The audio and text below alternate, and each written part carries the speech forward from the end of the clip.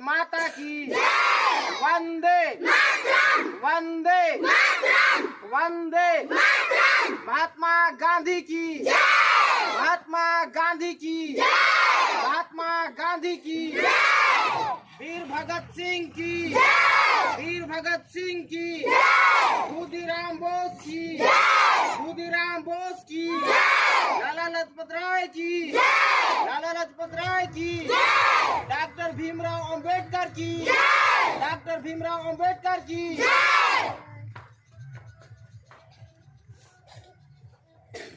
आज यहाँ पे हम लोग गणतंत्र दिवस के शुभ अवसर पर एकत्रित हुए। हमारे गांव के आए हुए तमाम सभी अभिभावकगण, हमारे विद्यालय के शिक्षक एवं शिक्षिकाएं एवं हमारे विद्यालय के नन्हे मुन्ने प्यारे सभी बच्चों, आप सबों को गणतंत्र दिवस की ढेर सारी शुभकामनाएं। आज पूरे भारत में 75वें गणतंत्र दिवस मनाया जा रहा है। जैसा कि हम लोग जानते हैं, हमारा देश 15 अगस्त 1947 को जब आजाद हुआ तो यहाँ पे हमारे देश के चलाने के लिए कोई लिखित संविधान नहीं था। अंग्रेज अपने हिसाब से चलाते थे। इसके लिए आजादी जब प्राप्त हुई तो भारत में संविधान सभा का गठन किया गया और संविधान बनाया गया। इसमें 2 वर्ष 11 माह 18 दिन करीब लगे और तब जाकर के हमारा देश भारत के संविधान तैयार हुआ। भारत का संविधान विश्व की सबसे बड़ा लिखित संविधान है, जिसमें देश के नागरिकों के संबंधित यहाँ के लोगों के लिए, यहाँ के खनिज संपदाओं के लिए, सबों के लिए प्रावधान उसमें किया गया है।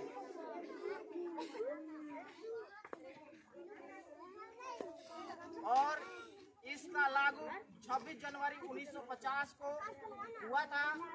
उसी के अवसर पर हम सभी लोग गणतंत्र दिवस के रूप में 26 जनवरी को ध्वजारोहण तिरंगा झंडा फहराते हैं।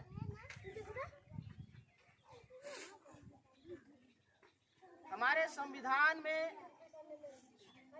बहुत सारी विशेषताएं हैं, बहुत सुदृढ़ तरीके से बनाई गई है, जिससे हम सभी लोगों को पढ़ने की जरूरत है, सभी लोगों को जानने की जरूरत है।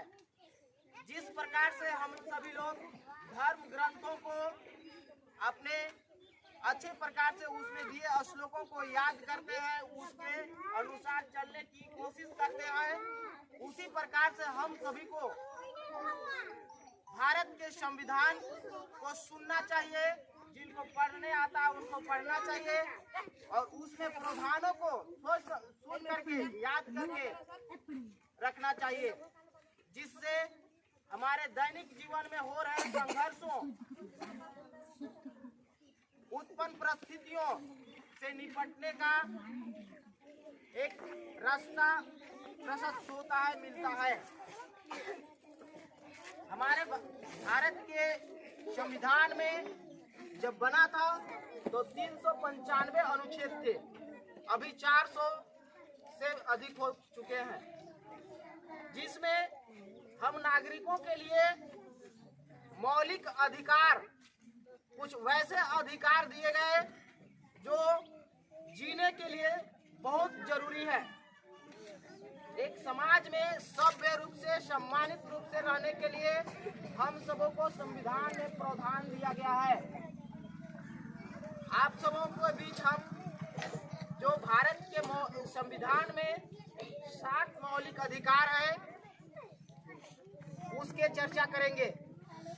और आप सबों लोगों को जानना भी चाहिए कि हमें संविधान से क्या लाभ है क्या मिला है और हर लोगों की इसकी जानकारी होनी चाहिए।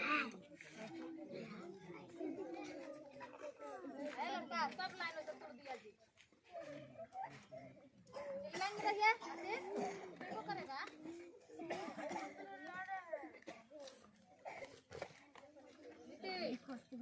हमारे भारत के संविधान के भाग 3 में 3 जो है आर्टिकल 12 से 35 तक दिया हुआ है, जिसमें मौलिक अधिकार समाहित है, मौलिक अधिकार दिया हुआ है।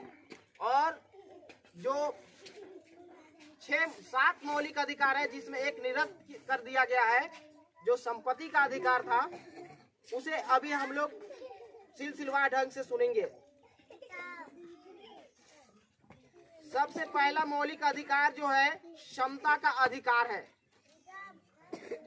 विधि के समक्ष समता, यानी कि हम सबों को, भारत के जितने भी गरीब हो या अमीर हो, छोटे जाति का हो या बड़ी जाति का हो, सभी पर बराबर कानून लागू होता है। कानून किसी के लिए न कम है न किसी के लिए ज्यादा है। अगर अमीर आदमी है वो भी जेल में जाएगा, भारत के प्रधानमंत्री गलती करेगा तो वो भी जेल जाएगा। एक गरीब व्यक्ति अगर गलत करता है कानून के दृष्टि में तो वो भी सजा का हकदार होता है। यानी विधि के समक्ष जो है समानता का अधिकार है। इसके बाद जो है मूल धर्म, वंश, जाति, लिंग या जन्म स्थान के आधार पर विभेद का प्रतिषेध, यानी किसी के से जो है धर्म के आधार पर या जाति के आधार पर या जन्म स्थान के आधार पर जो है एक दूसरे में अंतर नहीं किया जा सकता है। बच्चे लोग को खड़ा रखिए। जो अंतर नहीं किया जा सकता है। उसी प्रकार से लोक नियोजन विषय जो है कुछ अधिकार दिए गए हैं, जिसमें भारत के नागरिक कहीं भी जा करके रोजगार प्राप्त कर सकता है। रोजगार प्राप्त करने के लिए, काम करने के लिए स्वतंत्र है, जीवन यापन करने के लिए। और अगला है अस्पृश्यता का अंत, यानी छुआछूत का अंत। भारतीय संविधान में प्रावधान किया गया है कि छोटी जाति बड़ी जाति कुछ नहीं होता है, छुआछूत नहीं होता है, नहीं मानना है। अगर छुआछूत कोई मानता है तो उसके विरोध में कानूनी कार्रवाई की जा सकती है। उपाधियों का अंत आर्टिकल 18 में है, यानी कि किसी को कोई उपाधि नहीं मिलेगा। जैसे पहले का शासन होता था तो उसमें महाराजा कोई होता था तो कोई मंत्री होता था जिसका एक विशेष अधिकार था, वो सब अब नहीं है। किसी प्रकार की कोई उपाधि किसी को नहीं मिलेगा। इसके बाद जो है आपका दूसरा अधिकार जो है समानता का अधिकार, स्वतंत्रता का अधिकार, जिसमें वाक्य स्वतंत्रता आदि विषय कुछ अधिकारों का संरक्षण, यानी किसको बोलते हैं बोलने का स्वतंत्रता। हम अपने विचार भाव को कहीं भी अस्पष्ट तरीका से किसी के सामने रखने के लिए स्वतंत्र हैं। अगर गलत होगा तो भी हम अपने विचार को रख सकते हैं। ये नहीं है कि आपको कहने से बोलने से कोई रोक सकता है। भारत के किसी भी स्थान पर जाकर के आप अपना विचार रखने के लिए स्वतंत्र हैं। उसी प्रकार से अपराधों के लिए दोषी सिद्ध के संबंध में संरक्षण, यदि हमसे कोई भूल हो जाती है, कोई गलती हो जाती है, तो अगर हमें पुलिस वाले थाना में ले जाते हैं तो वहां पर भी हमको संरक्षण का अधिकार है। हम पर जो है वे अत्याचार नहीं कर सकते हैं।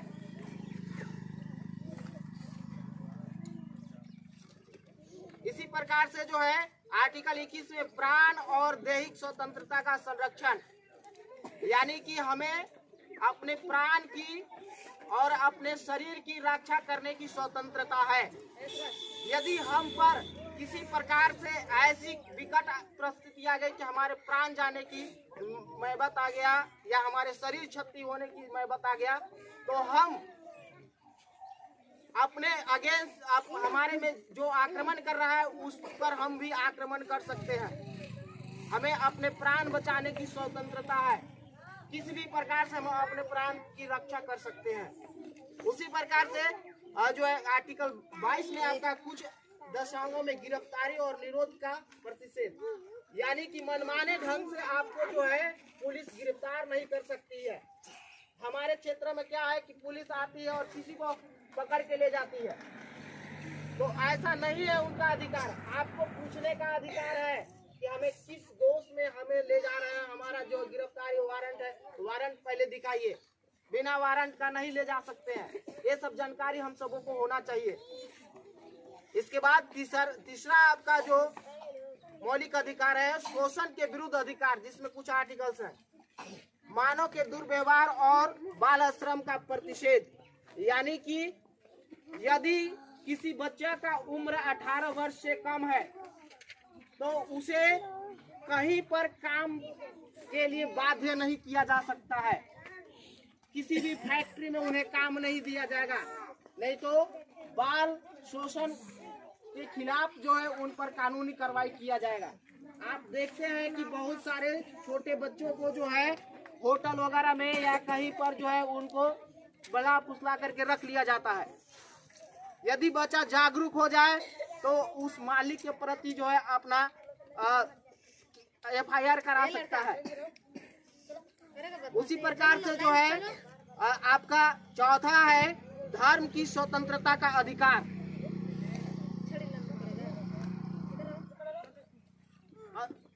धर्म की स्वतंत्रता का अधिकार में है कि हम किसी भी धर्म को मानने के लिए स्वतंत्र हैं। हम अपने धर्म की प्रचार प्रसार करने के लिए स्वतंत्र हैं। हम पर कोई दबाव नहीं डाल सकता है कि आप हिंदू धर्म को मानिए या इस्लाम धर्म को मानिए या जो है बौद्ध धर्म को मानिए या क्रिश्चियन। आप किसी भी धर्म को मानने के लिए स्वतंत्र हैं, किसी का कोई दबाव नहीं हो सकता है। और साथ ही हमें अपने धर्म की प्रचार करने का भी स्वतंत्रता है। अपने धर्म स्थल को जो है सुसज्जित करने, वहां पर रहने की स्वतंत्रता है। हमें किसी के दबाव में आने की जरूरत नहीं है। ये सब हम लोगों को जानना चाहिए।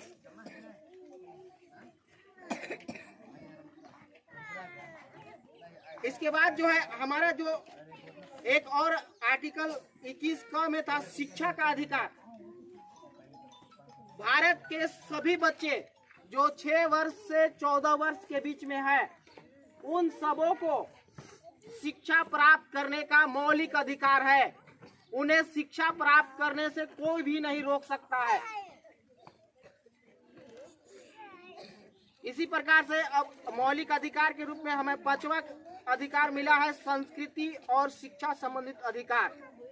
अल्पसंख्यकों वर्ग के हितों का संरक्षण, यानी कि अगर माइनॉरिटी कहीं पे है, कहीं पे किसी समुदाय की संख्या कम है, तो उसके संरक्षण के लिए संविधान में प्रावधान किया गया है।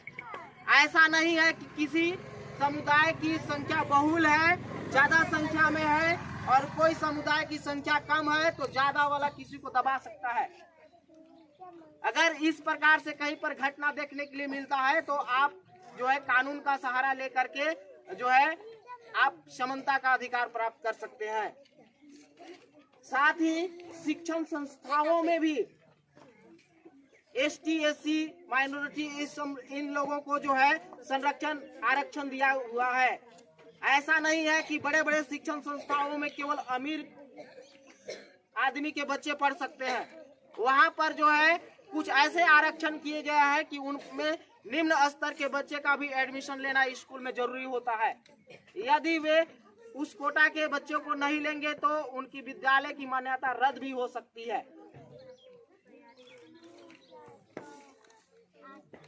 इसी प्रकार से हम लोगों को जो है 6ठा संवैधानिक मौलिक अधिकार जो है विधि की व्युत्पत्ति, संवैधानिक उपचार की अधिकार। यदि हमारे प्रति कोई कानूनी कार्रवाई होता है या किसी जो है हमें कानून में फंसा दिया जाता है तो हमें संविधान द्वारा ऐसा भी अधिकार मिला है कि यदि कोई जालसाजी करके फंसाता है तो उस पर हम भी रिट पिटीशन दायर कर सके, अपील कर सकते हैं। बाबा साहब भीमराव अंबेडकर ने जब संविधान बनाया तो जो संवैधानिक उपचारों का अधिकार था, इसे उन्होंने भारत के संविधान का आत्मा कहा और मैग्ना कार्टा के नाम पर भी इस आर्टिकल को जाना गया। यानी अगर हमें कोई भी अमीर आदमी या कोई जिसका लगाव ज्यादा होता है वो हमें फंसाता है, जालसाजी करता है, तो हमें कानून में वैसा संरक्षण दिया हुआ है कि हम उससे भी लड़ सकते हैं और हमारी जो है अगर हमारे प्रति अन्याय हो रहा है तो न्याय में बदल सकता है। इसी प्रकार हमारे संविधान में मौलिक अधिकार दिए हुए हैं और हमें अधिकार का ज्ञान तो होना ही चाहिए, लेकिन साथ ही हमें अपनी कर्तव्य का भी ज्ञान होना चाहिए। संविधान में मौलिक अधिकार के साथ साथ हमारी जो कर्तव्य होना चाहिए, कर्तव्य भी निर्धारित किया गया है, कुछ कर्तव्य भी है। संविधान में 11 कर्तव्य हम लोगों को खास करके जो है दिया गया है कि हमें इस चीज को पालन भी करना चाहिए। ऐसा नहीं है कि हमें जो अधिकार है, अधिकार के लिए तो कहीं पर रोड पर लड़ाई करना स्टार्ट कर दे रहे हैं, आंदोलन करना स्टार्ट कर दे रहे हैं। ये तो जरूरी है, अपने अधिकार के लिए कहीं भी खड़ा होना चाहिए, आंदोलन करना चाहिए, हक मांगना चाहिए, लेकिन हमारी जो मौलिक कर्तव्य है वो कर्तव्य का भी निर्वहन करना चाहिए और हमें ध्यान रखना चाहिए। भारत के हर नागरिक को अपना कर्तव्य का ज्ञान होना चाहिए कि हमें देश के प्रति क्या करना चाहिए, हमें समाज के प्रति क्या करना चाहिए। जिसमें सबसे पहला कर्तव्य के रूप में है संविधान का पालन करें और उसके आदर्शों, संस्थाओं, राष्ट्र ध्वज और राष्ट्रगान का आदर करें। यानी कि हमारे जो संविधान है उस संविधान को हम सभी को मानना चाहिए। ऐसा नहीं कि यदि हमारे पक्ष में कोई बात है तो हम उसको माने और हमारे विरोध में अगर कोई बात है तो उसको हम नहीं माने। संविधान को सभी लोगों को मानना चाहिए। हमारे राष्ट्र ध्वज का सम्मान हर लोगों को करना चाहिए। जो राष्ट्रगान होता है, राष्ट्रगान का सम्मान हर व्यक्ति को करना चाहिए। और दूसरा हमारा कर्तव्य होना चाहिए स्वतंत्रता के लिए हमारे राष्ट्रीय आंदोलन को प्रेरित करने वाले उच्च आदर्शों को हृदय में संजोए रखें और उनका पालन करें। हमारे जो आजादी के लिए संघर्ष किए उन वीर जवानों के प्रति हमारा बना रहना चाहिए और उनके प्रति हमारा सम्मान हमेशा होना चाहिए। तीसरा हमारा कर्तव्य है भारत की प्रभुता, एकता और अखंडता की रक्षा करें और उसे अक्षुण्ण बनाए रखें। यानी हमारी भारत के अगर कहीं पर विभाजन की बात आती है, कहीं पर टकराव की बात आती है, तो हमें उस मुद्दा को एक सार्वजनिक मुद्दा लेना चाहिए और अगर अखंडता की बात होती है तो वहां पर उसका विरोध करना चाहिए और हम सबों को चाहिए कि मिल करके एक साथ जो है रहना चाहिए। इसके बाद जो है हमारा चौथा मौलिक कर्तव्य है देश की रक्षा करें और आह्वान किए जाने पर राष्ट्र की सेवा करें।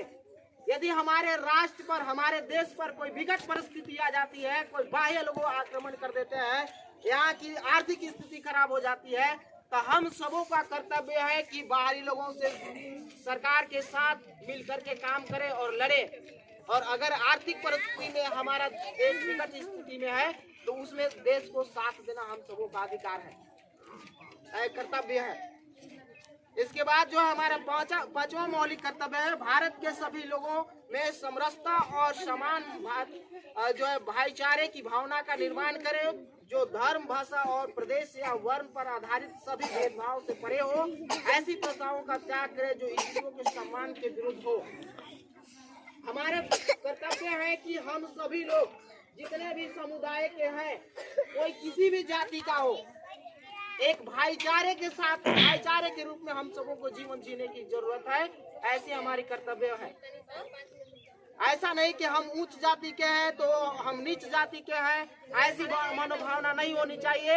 हम सबों को जो है भाईचारे से मिलजुल करके रहना चाहिए। किसी प्रकार की भेदभाव, किसी प्रकार की जो रूढ़िवादी परंपरा है, प्रथा है, उसको हम सबों को त्याग करने की जरूरत है। हमारा छठा मौलिक कर्तव्य है हमारी संस्कृति की गौरवशाली परंपरा का महत्व समझे और उसका परिरक्षण करें। हमें अपनी जो संस्कृति विरासत में मिली हुई है, हमारी जो परंपराएं हैं, धार्मिक परंपराएं हैं या जो भी है, उसे हमें बनाए रखने की जरूरत है। जैसे वेशभूषा, आप देखेंगे कि हर 10-20 किलोमीटर में जाएंगे या एक प्रदेश से दूसरे प्रदेश में जाएंगे तो वहाँ का कल्चर जो है, संस्कृति, कार्यक्रम, धर्म, ये सब अलग अलग होता है। जैसे झारखंड में आप देखेंगे तो अलग है, छत्तीसगढ़ में अलग है, उड़ीसा में अलग है, हर जगह का जो है कल्चर अलग होता है। तो हमें अपने कल्चर को बना करके जो है संरक्षित करके रखने की जरूरत है और कर्तव्य है हमारे। इसी प्रकार से 7वां मौलिक कर्तव्य है कि प्रकृति का संरक्षण। हमारे जो प्राकृतिक जल, जमीन, जंगल, ये सब है, इस पर हम सबों को जो है ध्यान रखना चाहिए। जो हमारा परिवेश में जानवर रहते हैं उनके प्रति क्रूर नहीं होना चाहिए। वन्य जीव के प्रति हमें हर जीव को उसके जान का महत्व समझना चाहिए कि जो हमें अगर वो दुख पहुंचेगा तो कितना कष्ट होगा, उसके कष्ट को अपने ऊपर लेकर के समझना चाहिए। क्रूर नहीं बनना है किसी भी जीव जंतु के प्रति। इसके बाद जो है हमारा कर्तव्य है वैज्ञानिक दृष्टिकोण, मानववाद और ज्ञानार्जन तथा सुधार की भावना का विकास करें। यानी जो वैज्ञानिक दृष्टिकोण है, वैज्ञानिक जो आविष्कार होते हैं उन्हें हमें प्रोत्साहित करना चाहिए। 9वां आपका मौलिक कर्तव्य है सार्वजनिक संपत्ति को सुरक्षित रखें और हिंसा से दूर रहें। हमें सार्वजनिक संपत्ति जो जैसे स्कूल है, पंचायत भवन है, रोड है, जो मृत्यु के बाद ले जाते हैं शमशान घाट है, ये आप सबों का, हम सबों का जो है सार्वजनिक संपत्ति है। रेलवे है, तो इस पर हम सबों को मिल करके उसकी सुरक्षा और रक्षा करने का दायित्व होना चाहिए। ऐसा नहीं है कि यदि हमारे अगल बगल कोई भी सार्वजनिक संपत्ति है तो वो हमारा पर्सनल है, हम उस पर एकाधिकार प्राप्त कर ले, ऐसा नहीं है। या कोई लूट रहा है तो हम देख करके छोड़ देते हैं तो उस गांव का या उस व्यक्ति के बगल में उसको लड़ना चाहिए, नहीं। यदि हमारा सार्वजनिक संपत्ति है तो उसमें पूरे गांव के लोगों को मिल करके उसका जो है रक्षा सुरक्षा का दायित्व होना चाहिए, करना चाहिए। उसी प्रकार से आपका 10वां मौलिक कर्तव्य है व्यक्तिगत और सामूहिक गतिविधियों के सभी क्षेत्रों में उत्कर्ष की ओर बढ़ने का सतत प्रयास करे, जिससे राष्ट्र निरंतर बढ़ते हुए प्रयत्न और उपलब्धि की नई ऊंचाइयों को छू ले। यानी हम सबों को जो है सामूहिक गतिविधि मिलजुल करके करना चाहिए जिससे देश की उन्नति हो। और सबसे लास्ट 11वां कर्तव्य है जो बहुत ही महत्वपूर्ण है, ये है यदि माता पिता या संरक्षक है 6 वर्ष से 14 वर्ष तक की आयु वाले अपने यथास्थिति बालकों का प्रतिपालक या के लिए शिक्षा का अवसर प्रदान करना। यानी यदि किसी भी व्यक्ति जिनके अपने बच्चे हों या उनके पास किसी दूसरे के बच्चे भी अगर हों तो उनका कर्तव्य है कि उस बच्चे का स्कूल में नामांकन कराए, उसको अच्छी शिक्षा देवे। शिक्षा मूल अधिकार में भी है और अभिभावक लोगों का मूल कर्तव्य में भी है कि हमारे बच्चे हो या हमारे पास रह रहे कोई, जैसे होता क्या है कि कोई अनाथ बच्चे को कोई अपने गोद ले लेता है या किसी अपने जो है रिश्तेदार के बच्चे को अपने यहाँ रखने लगता है, तो उनका दायित्व है, उनका कर्तव्य है कि उस बच्चे को समीप के विद्यालय या कहीं भी अच्छा जहाँ इंस्टीट्यूशन विद्यालय खुला हो उसमें उसका नामांकन कराए, उसे पढ़ाए, तब जाकर के देश की उन्नति होगी। और हमारे संविधान बनाने के लिए जो लोग प्रयास किए थे वो साकार होगा। और अब जो है हम अपने विद्यालय की कुछ बातें बताएंगे। हमारा विद्यालय खुले लगभग 1 वर्ष हो चुके हैं। ये हमारा विद्यालय में दूसरा गणतंत्र दिवस के रूप में हम लोग जो है मना रहे हैं। हमारे जब विद्यालय खुले थे तो इस प्रकार से हमारा सोच था कि हमारे क्षेत्र के जो भी बच्चे हैं एक अच्छे विद्यालय में पढ़े, एक अच्छी गुणवत्तापूर्ण शिक्षा प्राप्त करें। बहुत यहाँ की जो शिक्षा व्यवस्था थी बहुत लचर थी, उसको सुधारने का एक छोटा सा मेरा प्रयास है आप सबों को मिल करके। और कहीं न कहीं यह प्रयास हमारा साकार होते हुए नजर आ रहा है। जो शिक्षा की स्तर में गिरावट देखी गई थी, अभी है भी कुछ बड़े उम्र के बच्चों में वो गिरावट कहीं न कहीं कम किए हैं। जो हमारे विद्यालय में इन नन्हे मुन्ने प्यारे बच्चे हैं, इनकी शिक्षा स्तर में पुरजोर तरीका से जो है परिवर्तन आया है, सुधार आया है। किसी भी विद्यालय का 100% तो रिजल्ट नहीं हो सकता है, लेकिन 90% हमारे विद्यालय के बच्चों का जो स्थिति है वो बहुत अच्छा सुदृढ़ तरीका से हम लोग किए हैं। हमारे शिक्षकों का भी निर्देश होता है कि जो बच्चे हैं उन पर विशेष ध्यान देना है और एक ऐसा माहौल तैयार करना है कि अगर हम बच्चे को नहीं सिखा पा रहे हैं तो बच्चा उस माहौल से सीख जाए। क्योंकि कभी कभी होता है कि हम चाह करके भी खुद हमारे अपने शिक्षण अनुभव में हमने अनुभव प्राप्त किया है कि बच्चा को हम कितना सिखाने का प्रयास करते हैं वो नहीं सीख पाता है, लेकिन वो अपने सहपाठी से, अपने जो अगल बगल के बच्चे हैं उनसे सीख लेता है, देख करके सीख लेता है। तो हमें एक ऐसे माहौल तैयार करना है, एक ऐसी परिस्थिति उत्पन्न करनी है जिससे बच्चे की मानसिक विकास हो के और पढ़ने लिखने या कोई भी जो सामाजिक ज्ञान हो उसके जो उसमें वृद्धि हो। और वृद्धि हो भी रहा है, या हमारे गांव के लोग इसके बारे में भी बताते हैं कि हाँ जरूर सुधार हो रहा है कहीं न कहीं। इसलिए हम बोलेंगे कि यदि हमारे अगल बगल के जो भी गांव के लोग हैं जिन्हें अभी तक हमारे विद्यालय से नहीं जुड़ पाए हैं कोई भी किसी भी कारणवश से, तो हमारे विद्यालय से जुड़े और जो है अपने बच्चे का भविष्य उज्जवल बनावे। फिर से हम गणतंत्र दिवस की पुनः आप सबों को हार्दिक शुभकामनाएं एवं बधाई देते हैं। जय हिंद, जय भारत।